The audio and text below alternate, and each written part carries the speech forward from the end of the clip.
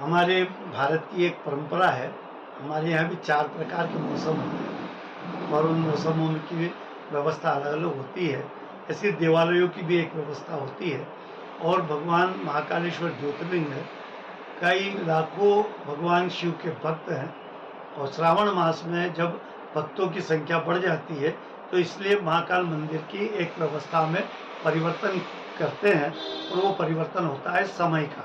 समय जो परिवर्तन इसलिए किया जाता है कि अधिक से अधिक भक्त भगवान महाकाल के दर्शन कर सकें और पुण्य प्राप्त कर सकें श्रावण मास में, क्योंकि ये महीना श्रावण जो होता है शिव का बड़ा प्रिय महीना है और इसमें जो पूजा का अर्चना करते हैं उन्हें अक्षय गुणा पुण्य की प्राप्ति होती है। और महाकाल का दर्शन यदि कर ले, केवल दर्शन मात्र यदि कर ले, तो उसके कई कई जन्मों के पाप भी नष्ट हो जाते हैं। इसलिए महाकाल की एक झलक प्राप्त करने के लिए भक्त लालायित होते हैं। महाकाल की सबसे प्रथम जो पूजा है, जिसे हम भस्म आरती कहते हैं, वो मंगला आरती है, लेकिन उसे भस्म स्नान होता है, इसलिए उसे भस्म आरती का नाम दिया हुआ है। उसमें समय सीमा थोड़ी सी बढ़ाई जाती है। भगवान 1 घंटे पहले सोमवार के दिन उनको 2:30 बजे हम जागरण कराते हैं और सप्ताह के अन्य दिनों में 3 बजे उनको जागरण कराते हैं। और जागरण करने से पूर्व भगवान के जो गण होते हैं, जो वीरभद्र हैं, उनसे उसकी आज्ञा ली जाती है।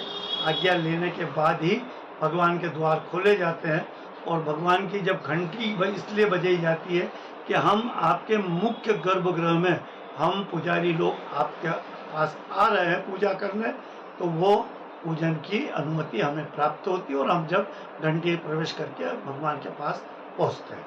गुरुजी, ये चलित भस्म आरती क्या होती है? किस तरीके से इसमें दर्शन होते हैं भगवान के?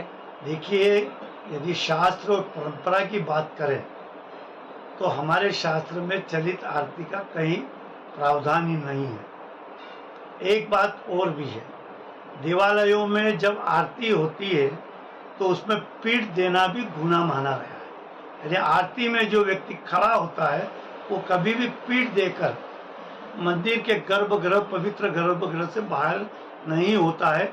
यह पूरे देश के मंदिरों की एक परंपरा है। लेकिन जब संख्या बढ़ने लगा, भक्तों की संख्या बढ़ने लगी, भस्म आरती देखने की लालयता भक्तों में बढ़ने लगी, तो ये एक मंदिर समिति की ओर से एक इस प्रकार का निर्णय है कि लास्ट जो बैरिकेड है, उस बैरिकेड से कुछ लोग भक्तों को चलते हुए दर्शन भस्म आरती के करा दिए जाए।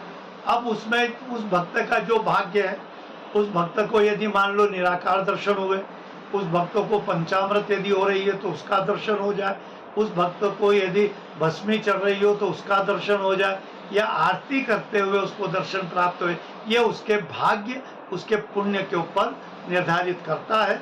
इसलिए उसको चलित आरती बोलते हैं।